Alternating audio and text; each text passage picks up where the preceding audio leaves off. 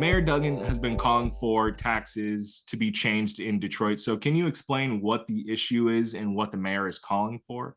I don't think this is like news to anybody living in the city of Detroit that the tax system is unfair and perhaps even pretty broken, depending on who you talk to.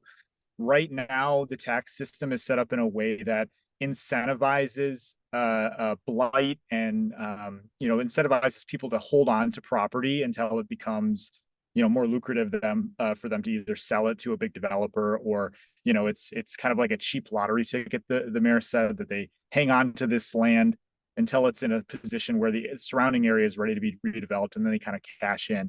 And our tax system really penalizes homeowners who face some Mm, of the highest tax rates in the area. And so it's really been holding back growth in a lot of neighborhoods. And what the mayor would rather do is kind of reverse the situation by creating a new tax rate for homeowners. For structures would be taxed differently than just land itself, so that the right. taxes would go up on land and it would go down on structures.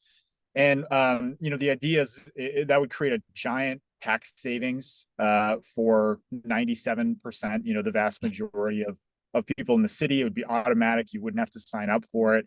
It'd be recurring, automatically as well. It's not like you would have to like apply year to year.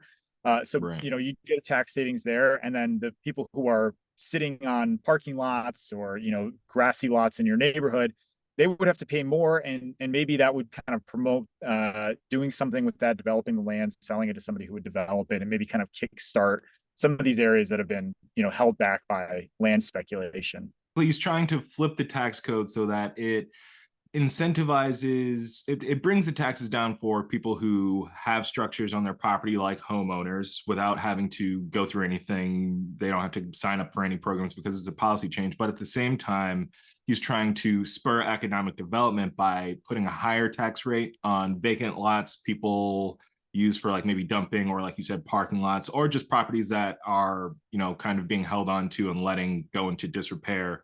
Those are the properties that are going to be taxed at a higher rate, correct? Yeah, definitely. So I think this really kind of targets the downtown parking lots that a lot of Detroiters have gripes about, right? These kind of like pretty vast like swaths of concrete that aren't really seeing a lot done with them. It also would affect tow yards and scrap yards and some of these kind of dumping areas that you referenced. The mayor really pointed this out during his speech that we've got 450 plus scrap yards in the city of Detroit. And that's not because, we have the higher rate of scrap that needs places to be. I mean, a lot of it is because it's a lot cheaper for those business owners to have that land in the city compared to out in the suburbs. What challenges is Detroit facing right now when it comes to the population? Because you wrote that they're they're there still. They're there in a major way. Depending on if you believe the census, we're either shrinking or shrinking pretty fast. The mayor's kind of challenged some of that federal data that shows the city continued to drop residents in the last year, lost around just under 8,000 people from 21 to 2022, I believe.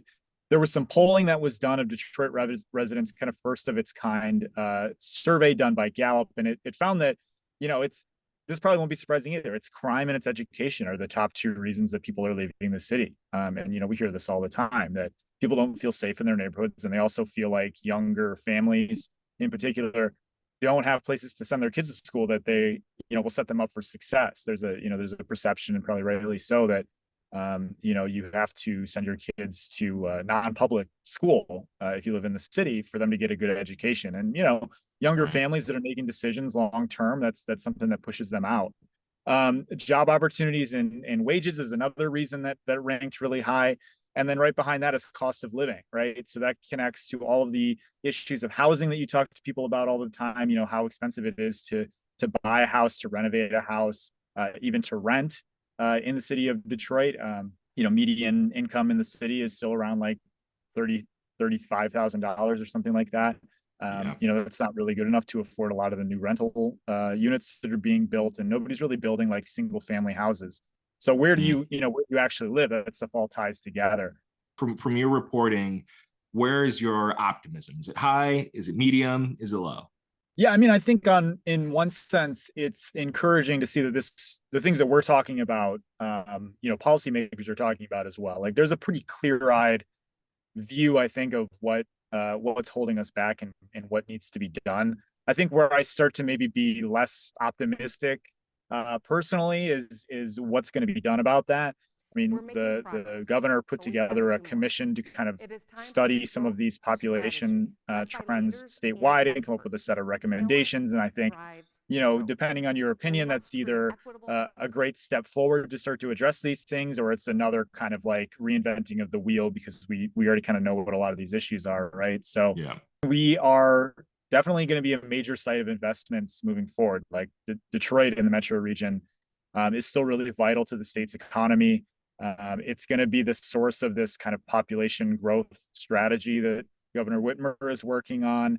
So I don't know. I guess I'm hopeful, but we're obviously going to be keeping a really close eye on this. And if folks aren't as hopeful, I certainly understand why. Watch One Detroit Thursday at 7:30 p.m. You can find more at onedetroitpbs.org or subscribe to our social media channels and sign up for our One Detroit newsletter.